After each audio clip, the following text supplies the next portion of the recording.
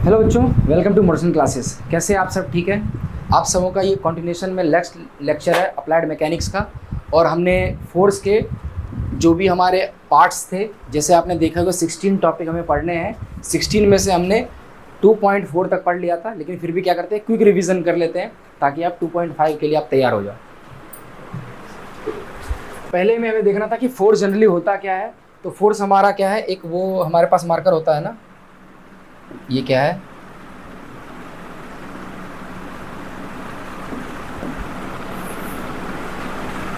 हाँ ठीक है। फोर्स जनरली हमारे पास क्या होता है, एक हमारी फिजिकल क्वांटिटी कुछ भी होती है जिसको हम मेज़र कर पाए। जैसे आप कितना वेट है, आप उसको मेज़र कर सकते हो कि 2 kg है, 3 है। तो फिजिकली आप क्या कर सकते हो, फिजिकली आप समझ रहे हो, बाय टच, बाय सेंस में फील आप ऐसा कर सकते हो कि हाँ ये 2 kg है। आप वेट को फील भी करते हो ना, कभी देखते हो जैसे डंबल उठाते हो तो बोलते हो ये 10 kg है, या फिर कुछ भी ऐसा है। तो आप जब किसी चीज़ को बाय टच या फिजिकली या सीन करके आप ऐसी कोई क्वांटिटी मेज़र कर सकते हो तो उसको हम बोल देते हैं फिजिकल क्वांटिटी। और ये क्या करता है, फोर्स जब किसी चीज़ के ऊपर लगता है, ये एक तरह से क्या है, पुश या पुल है कि नहीं। या तो आप किसी को पुश करते हो या एक पुल करते हो।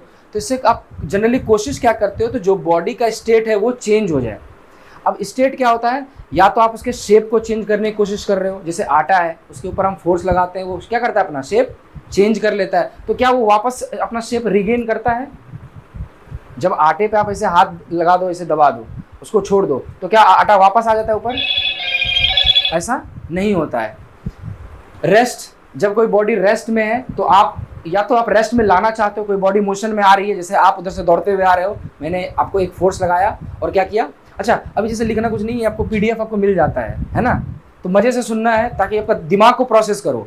ये हैंड रिटन वाला एक लास्ट उपाय होता है हमारा, ठीक है। दिमाग पे पूरा सोचो, जैसे मैं बोलता जा रहा हूँ, जैसे मैंने आटा वाला एग्जांपल दिया, तो वो उसको फील करना का मतलब जैसे मैंने एग्जांपल दे रहा हूँ, आपके दिमाग में चलना चाहिए, हाँ यार जब मैं इसे करता हूँ तो क्या ऐसा होता है, तो करेक्ट आंसर दोगे। लेकिन आप ऐसे ही आंसर दोगे जैसे आपके दिमाग में चला भी नहीं। जब मैंने आटे को इसे दबाने के लिए कहा, आपके दिमाग में कुछ नहीं चला, आपने बोल दिया हाँ हाँ होता है, तो गलत आंसर होगा। लेकिन जैसे मैंने बोला, आपने तुरंत दिमाग में प्रोसेस किया, हाँ जब मैं करता हूँ तो कैसा होता है, तो करेक्ट आंसर दोगे, है ना। तो एकदम दिमाग से जवाब देना। इधर देखो सारे, अभी समझो क्या कि भूल गए हो थोड़ा सा, अब खाली सुनना है। उसके बाद किसी बॉडी को मुझे मोशन में लाना है, ऑब्वियस है, रेस्ट में। जैसे ये रिमोट है, अभी रेस्ट में है, मैंने फोर्स दिया, ये किस में चला गया, मोशन में। और अगर किसी बॉडी का साइज, मतलब शेप और साइज एक ही चीज़ है, उसके अगर मान के चलो आटा ऐसा फैला था, साइज में था, अब उसको अपने से दबा दिया से, तो साइज क्या किया आपने, छोटा कर दिया। तो इन सब चीज़ को करने के लिए आपको क्या चाहिए, किसकी रिक्वायरमेंट थी, फोर्स की। तो ये समझ में आया, अच्छा फोर्स जनरली करता क्या है, और अच्छा खासा इम्पैक्ट क्रिएट कर रहा है फोर्स। तो अब क्या है, they can be several kind, अलग अलग तरह के फोर्सेस हमने जनरली रियल लाइफ में पढ़े हैं। ग्रेविटेशनल फोर्स पढ़ा है जो कि अर्थ पे लग रहा है। फ्रिक्शनल फोर्स, आपको पता है कि कोई बॉडी अगर एक दूसरे के कांटेक्ट में आ जाती है तो वहां क्या लग जाता है, फ्रिक्शनल, वो एक दूसरे को मूव करने के नहीं चाहता है। फ्रिक्शनल फोर्स क्या है, रेजिस्टिंग फोर्स है ना, वो रेजिस्ट करता है कि नहीं मैं तुम्हें मूव करने नहीं दूंगा, अगर मेरे ऊपर मूव करना है तो उस वैल्यू को तोड़ो। अगर मेरे जैसे है ना, फ्रिक्शन वैल्यू जैसे 1.5 है या 0.15 ऐसा कुछ भी है, तो वो वैल्यू जब तुम क्रॉस कर दोगे तो ऑब्जेक्ट मूव करता है, वरना ऑब्जेक्ट मूव नहीं करेगा। मैग्नेटिक फोर्स भी देखा है कि कोई चीज़ जैसे आप, जैसे वो मैग्नेट है, वो कैसे अट्रैक्ट हो जाता है, बीच में कुछ भी नहीं है। तो इसी तरह पे हम एक और पढ़ेंगे, जब आप टाइप ऑफ फोर्स आज पढ़ोगे तो वहाँ पर पढ़ोगे contact force and non contact force. तो ग्रेविटेशनल कैसा फोर्स है, कॉन्टैक्ट या नॉन कॉन्टैक्ट, नॉन कॉन्टैक्ट, ये सब सोचना है। क्योंकि ग्रेविटी तो ऐसे ही लग रही है, मैं कहीं किसी के कांटेक्ट में नहीं हूँ, अर्थ के सेंटर में। जैसे अगर हवा में कोई चीज़ है ये, और अर्थ का सेंटर है, दोनों आपस में कुछ कांटेक्ट है, कोई कांटेक्ट नहीं, लेकिन जैसे मैं छोड़ूंगा उसी की तरफ जाना चाहेगा। इसका मतलब क्या है, नॉन कांटेक्ट फोर्स है। फ्रिक्शनल कैसा फोर्स है, कांटेक्ट, वो एक दूसरे के साथ टच होगा तभी वो एक्ट में आएगा फ्रिक्शनल, वरना तो हवा में तो कुछ भी कर लो, है ना। तो वहाँ से सीखेंगे। Force is a vector quantity. अब जब स्केलर और वेक्टर पढ़ रहे थे तो फिजिकल क्वांटिटी तो बहुत सारी होती है, लेकिन उसमें से एक वेक्टर हमने पढ़ लिया जिसमें क्या हो, मैग्नीट्यूड और डायरेक्शन दोनों हो, जिसके अंदर क्या हो, मैग्नीट्यूड एंड, मतलब जब भी आप उसके बारे में बोलोगे तो दोनों बातें आपको बोलनी होगी। जैसे अगर आपका नाम है तो मुझे आपका नाम भी बोलना होगा और सरनेम भी बोलना होगा, तब जाके मुझे पता चलेगा कि आप ही हो। वरना जैसे मैं बोल दूंगा मेरा नाम राम है, अरे राम तो बहुत है, लेकिन अगर मान के चलो किसी का नाम हो राम प्रताप सिंह बल्लभगढ़ राणा, ऐसा कुछ लगा दो, है ना, तो लगेगा क्या कि नहीं, नाम भी है उसका सरनेम भी लगाना जरूरी है। तो उसी तरह समझ लो ये नेम है और ये सरनेम है, आपको दोनों लगाना होगा, इसके बगैर आप फोर्स को डिफाइन नहीं कर सकते। तो मैग्नीट्यूड क्या होता है, जैसे आपने बोल दिया 5, तो ये हो गया क्या, मैग्नीट्यूड। और डायरेक्शन क्या एक तरह से सेंस बनाता है कि ये पॉजिटिव या नेगेटिव लेते हो, मतलब पुश कर रहे हो या पुल कर रहे हो, है ना, आपको बताना होगा, क्योंकि एक डायरेक्शन जो है चीज़ों को उलट के रख देगा। जैसे मैंने बताया एक गाड़ी आ रही है, ठीक है, उसके ऊपर अपने 5 न्यूटन का फोर्स लगाया, बताओ, ऐसे नहीं, और थोड़ा वैल्यू छोटा लेता हूँ, एक गाड़ी आ रही है, मान के चलो 10 किलोमीटर पर आवर की स्पीड से, क्या आ रही है, इधर से आपने फोर्स लगाया equivalent to 20 kilometre per hour, ऐसा कुछ आपने लगाया, तो बताओ वो गाड़ी क्या रुक जाएगी या और स्पीड पकड़ लेगी? ये डिपेंड करेगा कि आपने फोर्स किस पे लगाया है। इस क्वेश्चन का कोई आंसर ही नहीं है। मैंने क्या बोला, एक व्हीकल है, वो आ रही है मान के चलो 10 किलोमीटर पर आवर की स्पीड से, ठीक है, और मैंने दूसरा सवाल दे दिया, मान के चलो आपने 20 किलोमीटर पर आवर स्पीड का ऐसा कुछ फोर्स लगा रहे हो, ऐसा कुछ कर रहे हो, वैसे तो ये फोर्स नहीं है लेकिन ऐसा कुछ इफेक्ट क्रिएट कर रहे हो, तो बताओ ये गाड़ी रुकेगी या और स्पीड पकड़ लेगी? ये डिपेंड करेगा कि आप गाड़ी के डायरेक्शन में फोर्स लगा रहे हो या उसके अपोजिट में फोर्स लगा रहे हो। डायरेक्शन में लगाओगे गाड़ी और स्पीड भाग जाएगी, और उसके अपोजिट में लगाओगे तो गाड़ी रुक जाएगी, क्या उल्टा रिटार्ड करने लगेगी। तो डायरेक्शन बहुत ज़्यादा इंपॉर्टेंट है, डायरेक्शन बहुत ज़्यादा है कि नहीं?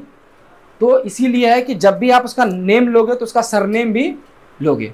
बात सही है? डायरेक्शन वाली चीज है, उससे डाउट है। क्या बताइए? जैसे अगर हमें 10 न्यूटन की गाड़ी पे 20 न्यूटन का और का फोर्स लगाएंगे, तो जब 10 किलोमीटर पर आवर की गाड़ी पे 20 किलोमीटर पर आवर की स्पीड और लगाएंगे, तो उसकी 30 किलोमीटर पर आवर स्पीड हो जाएगी या 20 किलोमीटर पर आवर स्पीड हो जाएगी? वो एवरेज अब देखेंगे क्या है, ऐसे अभी एग्जैक्ट कैलकुलेट, फिर एवरेज स्पीड निकालते हैं ना। एवरेज स्पीड का फॉर्मूला क्या होता है? Number of speed divide by total distance upon total time. ऐसे तो इफेक्ट देखो, तो अभी तो 30 किलोमीटर पर आवर होगा डायरेक्ट, क्योंकि अभी मैंने कोई वैल्यू नहीं दी, कुछ भी नहीं दिया, टाइम कुछ भी। हाँ, पहले जब वो 10 की स्पीड में चल रहा था, उसमें 20 लगाएंगे तो 10 तो काउंट हो जाएगा, क्योंकि 10 तो ऑलरेडी चल रहा है। तो नहीं, आपने एक्सटर्नल फोर्स लगाया तो एक्सटर्नल अब और उसमें ऐड करता जाएगा। सर अगर जैसे मैं जहाँ गाड़ी चल रही, ठीक है, मैं यहाँ से 20 में लेके आया, 20 का फोर्स ले जा रहा हूँ, तो वो ऑलरेडी 10 में है, ये 10 ज़्यादा है उससे, तो जब वो इंटरैक्ट करेगा तो वो 10 ज़्यादा हो जाए, 20 भी ज़्यादा हो। वही तो कह रहा हूँ, मुझे लग रहा है यहाँ पर एवरेज स्पीड होना चाहिए। एवरेज स्पीड क्या होता है बताइए? Total distance upon total time.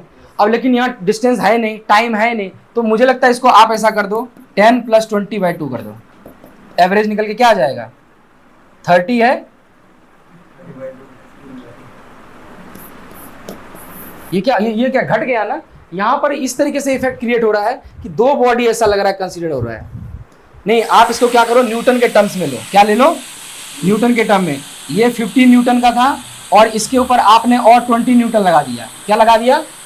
तो 17 न्यूटन के आसपास एकदम जाएगा। ठीक है, तो आपको इस तरीके से लेना है कि डायरेक्शन काफ़ी ज़्यादा इंपॉर्टेंट हो जाएगा उसके इफेक्ट क्रिएट करने में। आप उसके डायरेक्शन में लगा रहे हो या उसके अपोजिट में लगा रहे हो। जैसे देखो क्या होता है ना, हमारे पास जैसे एक ये बॉडी है और आपने धागे से क्या किया, एक और बॉडी लगा दिया। ठीक है, अब बताओ उसका टोटल वेट कितना हो जाएगा? ये अगर मान के चलो 10 है और ये 20 है, अब कितना हो जाएगा टोटल वेट? 30। तो हमेशा क्या है, न्यूटन के टर्म्स में लेंगे और वो एग्जैक्ट सम होगा। ठीक है, कोई दिक्कत? हाँ, और अगर यहीं पर कोई मान के चलो आपने कोई सरफेस रख दिया, क्या किया, तो ये क्या करता है, हमेशा एक न्यूट्रल फोर्स लगाता है ऊपर। आपको पता है ना, जैसे आपने ऐसे फोन है, आपने ऐसे रख दिया टेबल पे, अब ये ऊपर क्यों नहीं जा रहा है या फिर नीचे क्यों नहीं जा रहा है? तो यहाँ पर बहुत सारे फोर्स लग रहे होते हैं। यहाँ पर एक तो अपना ये सेल्फ वेट लग रहा होगा, एक क्या लग रहा होगा इसके ऊपर, सेल्फ वेट जो कि W, या फिर आप इसको, एक क्या लग रहा होगा इसके ऊपर, ग्रेविटी, जो कि क्या है,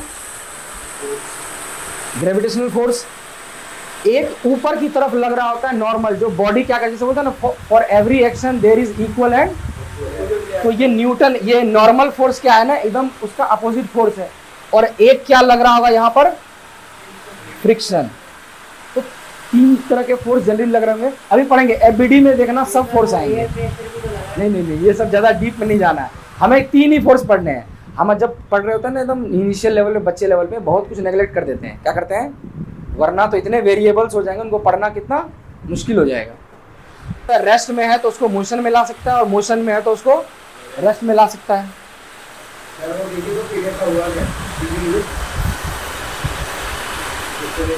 ये चलो अब ये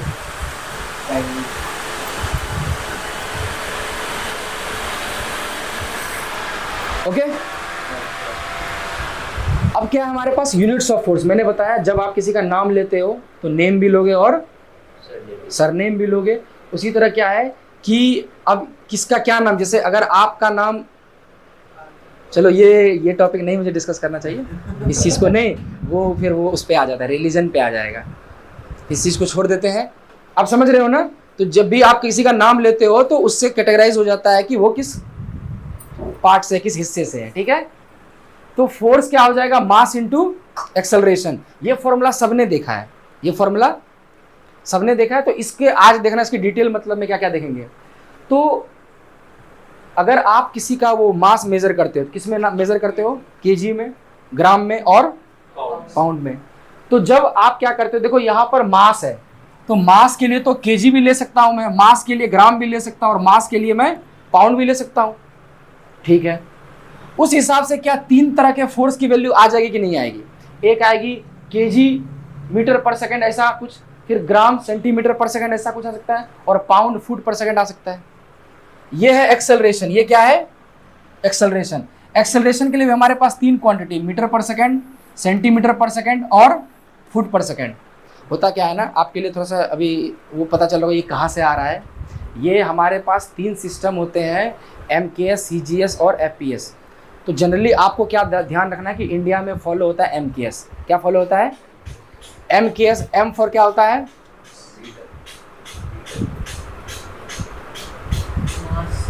मास, मास फॉर केजी। क्या होता है, K से क्या होता है, किलोमीटर, क्या होता है, और S फॉर क्या होता है, सेकेंड्स। तो इस तरीके से आप फॉलो करते हो। वेट को हमेशा केजी में करना है, वेट को किस में करना है, केजी में। इसको और डिस्टेंस को किस में करना है, मीटर में कि किलोमीटर में, मीटर में। डिस्टेंस को किस में करना है, मीटर में, और टाइम को किस में करना है, सेकेंड में। तो ये तीन आपको याद रखना है हमेशा, ठीक है। अब आते हैं, हो क्या रहा है कि मास के पास भी हमारे पास तीन क्वांटिटी है, और एक्सेलरेशन के लिए हमारे पास तीन क्वांटिटी है, ठीक है। इसमें से आप कौन सा फॉलो करोगे, MKS वाला। MKS में क्या होगा, मास के लिए ले लेना केजी, और एक्सेलरेशन के लिए क्या ले लेना, मीटर पर सेकेंड।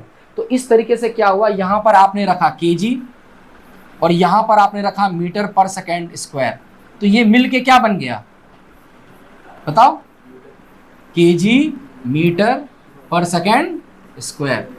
क्या ये बात सही है ना। दो प्रोडक्ट को मल्टीप्लाई करो तो वो बन जाता है। तो उसने बोला क्या कि ना तो इसको पढ़ना है ना तो इसको पढ़ना है, किसको पढ़ना है, इसको। तो अब इसी बात पे आया कि यूनिट्स दो तरह के होते हैं, एक होता है एब्सोल्यूट और एक होता है ग्रेविटेशनल। एब्सोल्यूट में भी आपने तीन टाइप पढ़े, और तीन टाइप में क्या पढ़ा, ये पहला। जैसे क्या है ना, उस दिन तो काफ़ी डिटेल में पढ़ाया था, आज थोड़ा सा फास्ट चल रहे हैं। तो जैसे भी कोई नहीं, यूट्यूब पे वीडियो आएगा, वहाँ से देख लोगे तो आप समझ जाओगे। Mostly used by engineer. अब देखिए, एब्सोल्यूट तो आपने पढ़ लिया। एब्सोल्यूट कितने टाइप के होते हैं, तीन टाइप के। तीन टाइप में कौन सा मेन पढ़ना है, MKS में मास क्या लोगे, केजी, और एक्सेलरेशन क्या लोगे, स्क्वायर। अब ये कैसे आया मीटर पर सेकेंड स्क्वायर, ये सब पिछली बात की बात है, आगे जाके सब समझ जाओगे। और वैसे भी क्या है कि जैसे अब ये नया बैच जब लॉन्च करेंगे ना थोड़े टाइम के बाद, तो उसमें फिर से पढ़ाएंगे, तो वहाँ पर आपका हो जाएगा रिवीजन। और ये रिकॉर्डेड की अच्छी बात क्या है कि ये क्लासेस आपको ऐप पे अवेलेबल होता है रिकॉर्डेड, तो वहाँ से आप भी कर सकते हो। सारी क्लासेस आपको ऐप पे रिकॉर्डेड मिलेंगी, ये नोट्स मिलेंगे, और जो भी इसके क्वेश्चन मैंने इसके टाइप होने दे दिए हैं। क्वेश्चन आपको देखना है तो दिखा देता हूँ। सर, लाइक प्रीवियस वाला लेक्चर तो अपलोड हो गया। प्रीवियस वाला हो गया होगा। एक मिनट में क्या आपको दिखा रहा था, क्वेश्चंस। जैसे इस चैप्टर के क्वेश्चंस जो हैं इस तरीके से आपको मिलेंगे, है ना, 1 2 3 4 5 6 9 इस तरह से 12 16 19, और होगा तो अप्रॉक्स 15 to 20 क्वेश्चन मैं प्रैक्टिस कराऊंगा, ये अलग है, और 15 क्वेश्चन जो मेरे थ्रू होंगे, तो अराउंड 50 क्वेश्चन के अप्रॉक्स आपको इस चैप्टर से अभी देखने को मिलेंगे। और उस 50 क्वेश्चन में समझो 100 क्वेश्चन होंगे, क्योंकि हर एक क्वेश्चन को मैं 2-3 तरीके से डिस्कस करता हूँ, आपने देखा होगा यूट्यूब पे। तो आपने क्या है, एब्सोल्यूट पढ़ लिया, आप ग्रेविटेशनल के बारे में पढ़े। ग्रेविटेशनल में क्या है, मोस्टली यूज्ड बाय इंजीनियर। इसको कौन यूज करता है, acts towards centre of earth. ये कहाँ पर एक्ट करता है, इधर ध्यान दीजिए, सेंटर पे देख रहे हो, सारा फोर्स कहाँ लग रहा है, सेंटर पे लग रहा है कि लग रहा। ये जी, हम इस फोर्स को कैसे डिनोट करते हैं, जी से, और ये फोर्स जी की वैल्यू क्या होती है, 9.81 न्यूटन, और इसी न्यूटन की जगह पर आप क्या लिखते हो, केजी मीटर पर सेकंड स्क्वायर, अभी दिखाया था ना, तो वही न्यूटन की जगह ये लिख सकते हो आप। What is 1 Newton force, 1 Newton force क्या होता है, force equal to mass into acceleration, formula होता है, मास के लिए केजी ले लिया, एक्सेलरेशन के लिए मीटर पर सेकंड स्क्वायर ले लिया, तो 1 न्यूटन इज इक्वल टू क्या होगा, आप बताओ, 1 न्यूटन इज इक्वल टू क्या होगा ये, सर जब 1 kg ऑफ मास हम 1 मीटर पर सेकंड शिफ्ट करें तो उसमें 1 न्यूटन ऑफ फोर्स है। हाँ ठीक है, वो ये कहना चाह रहे हैं, आपको पता था ना कि किसी भी बॉडी को मोशन में लाने के लिए हमें क्या लगाना पड़ेगा, फोर्स। तो कह रहा है कि अगर कोई बॉडी जिसका वेट कितना है, जिसका मास कितना है 1 kg, और अगर आपने उसको इतना फोर्स दे दिया कि उसकी स्पीड कितनी, उसका एक्सेलरेशन कितना हो गया 1 मीटर पर सेकंड स्क्वायर, तो इस अमाउंट ऑफ फोर्स को क्या बोलेंगे, 1 न्यूटन। तो ये हो गया डेफिनेशन। तो 1 न्यूटन इज इक्वल टू क्या, 1 किलोग्राम का फोर्स। ये एक तरह से क्या है, केजीएफ का मतलब क्या हो गया, 1 kg का अपने फोर्स लगाया। इसी को केजी, लोग क्या करते हैं कैलकुलेशन के लिए फोर्स मिटाते हैं 1 kg भी बोल देते हैं जनरली, और ये केजी मीटर पर सेकंड स्क्वायर हो गया, इसकी जगह पे न्यूटन लिख दिया। लोगों ने बोला क्या कि इतना बार बार क्या लिखते हो, इसको एन लिख दो, और ये चीज़ न्यूटन ने ढूंढा था तो उसने अपना नाम रख लिया। उसने क्या बोला, अब से ये कहलाएगा न्यूटन। जैसे हमारे योगी जी क्या बोलते हैं, आज से इसका नाम क्या है, इलाहाबाद का नाम क्या है, प्रयागराज है, आज से इसका नाम क्या है, प्रयागराज। उसी तरह है, आज से इसका नाम क्या है, न्यूटन। ठीक है, सीजीएस, अब सीजीएस पढ़ना नहीं तो उसको छोड़ो, मैंने बताया कि अच्छा सीजीएस में जो क्वांटिटी होती है वो होती है डायन, और ये याद रखना, ये formula 1 Newton is equal to 10 की पावर 5 डायन होती है, और ये कैसे आया ये मैंने बता दिया है, उस क्लासेस में आके देख लेना। 2.3 कैरेक्टरिस्टिक्स ऑफ फोर्स। जब कोई फोर्स लग रहा होता है तो अपने साथ साथ कुछ फीचर्स लाता है, और वो फीचर हमेशा इनबिल्ट होते हैं, है ना। जहां भी वो फोर्स होगा ये चीजें उसके साथ ऑटोमेटिक होंगी। जैसे बताया था ना, नेम के साथ सरनेम, अब सरनेम के साथ और भी कुछ होगा, जैसे लड़का है तो मिस्टर लगा होगा, लड़की होगी तो मिसेज। तो उसी तरह देखते हैं फोर्स के पास क्या क्या होता है। मैग्नीट्यूड होगा, सही बात है, मैग्नीट्यूड हो गया 5। डायरेक्शन होगा, सही बात है। पॉइंट ऑफ एप्लीकेशन, आप कहाँ पर फोर्स लगा रहे हो, किस पॉइंट पर, वो भी आपको बताना होगा, क्योंकि उससे बताने से भी क्या है, बहुत सारी चीज़ें बदल जाएंगे। अगर आपने यहाँ पर लगाया है, सेम फोर्स है, 5 न्यूटन का फोर्स है, पॉजिटिव डायरेक्शन में लग रहा है, तो अब देखो कितनी वैरायटी हो सकती है, यहाँ भी लग सकता है, यहाँ भी लग सकता है, और वहाँ भी और वहाँ भी। तो आपको बताना होगा किस पॉइंट पर आपने लगाया है। इससे क्या होगा, इफेक्ट बदलेगा क्या, आप बताओ इधर कैसे। हाँ हाँ हाँ, और सबसे नीचे लगाया तो सबसे नीचे लगाएंगे तो ज़्यादा फोर्स लगाना पड़ेगा, तब हो सकता है कि अगर इसको में ज़्यादा दे दबाव हो तो इधर से गिर जाए उल्टा।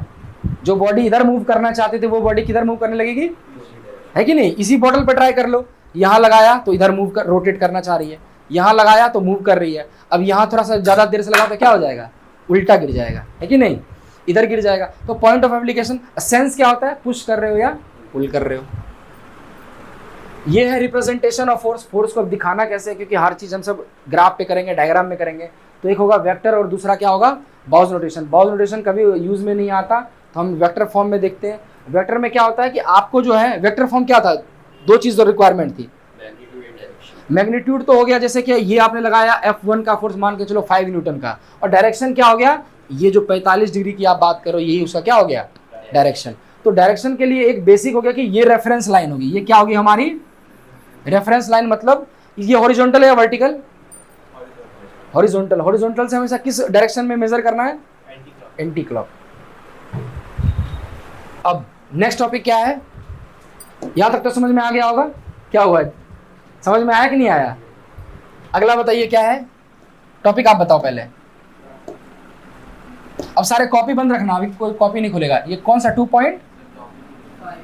2.5 कौन टॉपिक क्या है, क्लासिफिकेशन ऑफ फोर्स।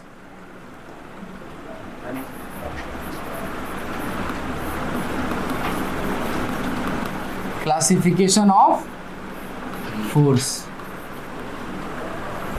तो अब हम सब देखने वाले हैं क्लासिफिकेशन ऑफ फोर्स। और सच बताओ तो बहुत टाइप के फोर्स होते हैं और इसमें से एक क्वेश्चन बनने के चांसेस हमेशा रहते हैं।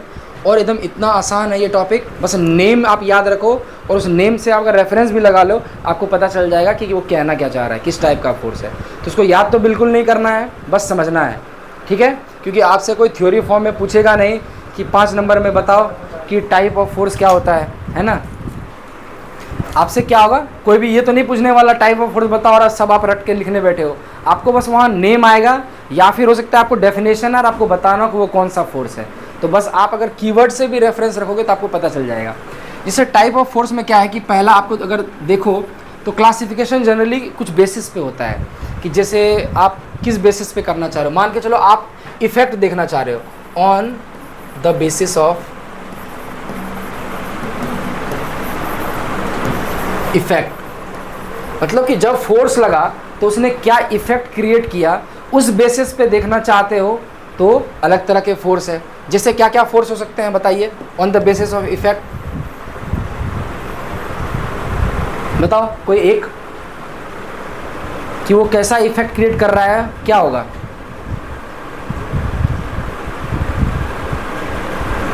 एक्टिव फोर्स, जैसे एक होता है एक्टिव फोर्स, क्या होता है, और इसी का दूसरा क्या हो जाएगा, पैसिव फोर्स। अब एक्टिव फोर्स क्या होगा बताइए, इसको अच्छे से डेफिनेशन में लिखाऊंगा, अभी बस एक डायग्राम बना रहा हूँ, चार्ट बना रहा हूँ। एक्टिव फोर्स वो होगा जो बॉडी को एक्टिवली पार्टिसिपेट कर रहा है, उसको डिफॉर्म करने की कोशिश कर रहा है, क्या कर रहा है, या उसके स्टेट को चेंज करने की कोशिश कर रहा है। ऑब्वियस बात है, एक्टिव उसी को बोलते हैं। और पैसिव क्या होगा, जो उसको रेजिस्ट कर रहा है, जो चाह रहा है, ऐसा फोर्स जो बॉडी को डिफॉर्म नहीं होने देना चाहता है, जो बॉडी का स्टेट चेंज नहीं होने देना चाहता है। तो अगर मैं बात करूं जो हम एक्सटर्नल फोर्स लगाते हैं वो क्या कहलाता है, एक्टिव। लेकिन जो फ्रिक्शनल फोर्स है वो क्या चाह रहा है, बॉडी को नहीं मूव करने देना चाहता है, वो बचाना चाहता है, तो ये क्या हो गया मेरा, पैसिव। समझ में आ गया। और कुछ टाइप बताइए। तो इसी बात पे हो जाएगा हमारा एक एक्सटर्नल फोर्स भी हो जाएगा, क्या हो जाएगा, आप अगर एक्सटर्नल कोई फोर्स लगा रहे हो जैसे बॉडी के ऊपर, तो वो क्या हो जाएगा हमारा एक्सटर्नल फोर्स। और बॉडी के अंदर से भी क्या होती है, जैसे बॉडी का जो अपना शेप है, जो रिजिडिटी है, जैसे अगर मैं इसको फोर्स लगाना चाहूँ, ये नहीं डिफॉर्म हो रहा है, तो ऐसा कौन सा फोर्स है जिसको डिफॉर्म नहीं होने दे रहा है, इंटरनल फोर्स है ना, इसके अंदर अपना कुछ फोर्स है, वो कह रहा है कि मैं डिफॉर्म होने नहीं दूंगा। तो वो कैसा फोर्स हो जाएगा, इंटरनल। एक्सटर्नल, इंटरनल, एक्टिव और पैसिव। पैसिव का क्या डेफिनेशन होगा आप बताइए।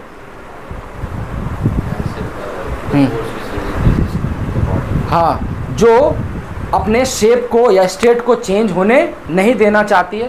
तो एक तरह से क्या होगा, इंटरनल ही पैसिव फोर्स हो सकता है। बहुत सारी, सब नहीं बोल सकता मैं, लेकिन बहुत सारी इंटरनल फोर्स होती है जो पैसिव भी कहला सकती है।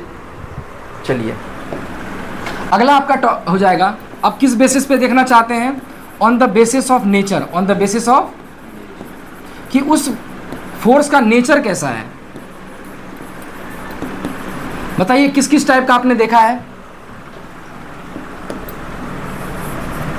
देखते हैं भी कौन कुछ टाइप के, कुछ दिमाग में लाइए, किस किस टाइप के आपने देखे हैं नेचर। जैसे क्या, पुल, पुश और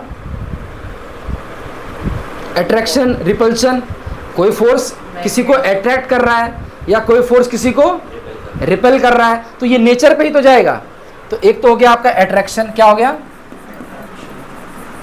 दूसरा क्या हो सकता है, रिपल्शन। और बताइए, आप अपने दिमाग पे थोड़ा जोर डालिए, क्योंकि फोर्स सबने देखा है, ऐसा कुछ नया नहीं है, बस वही है, हमें ढूंढना है।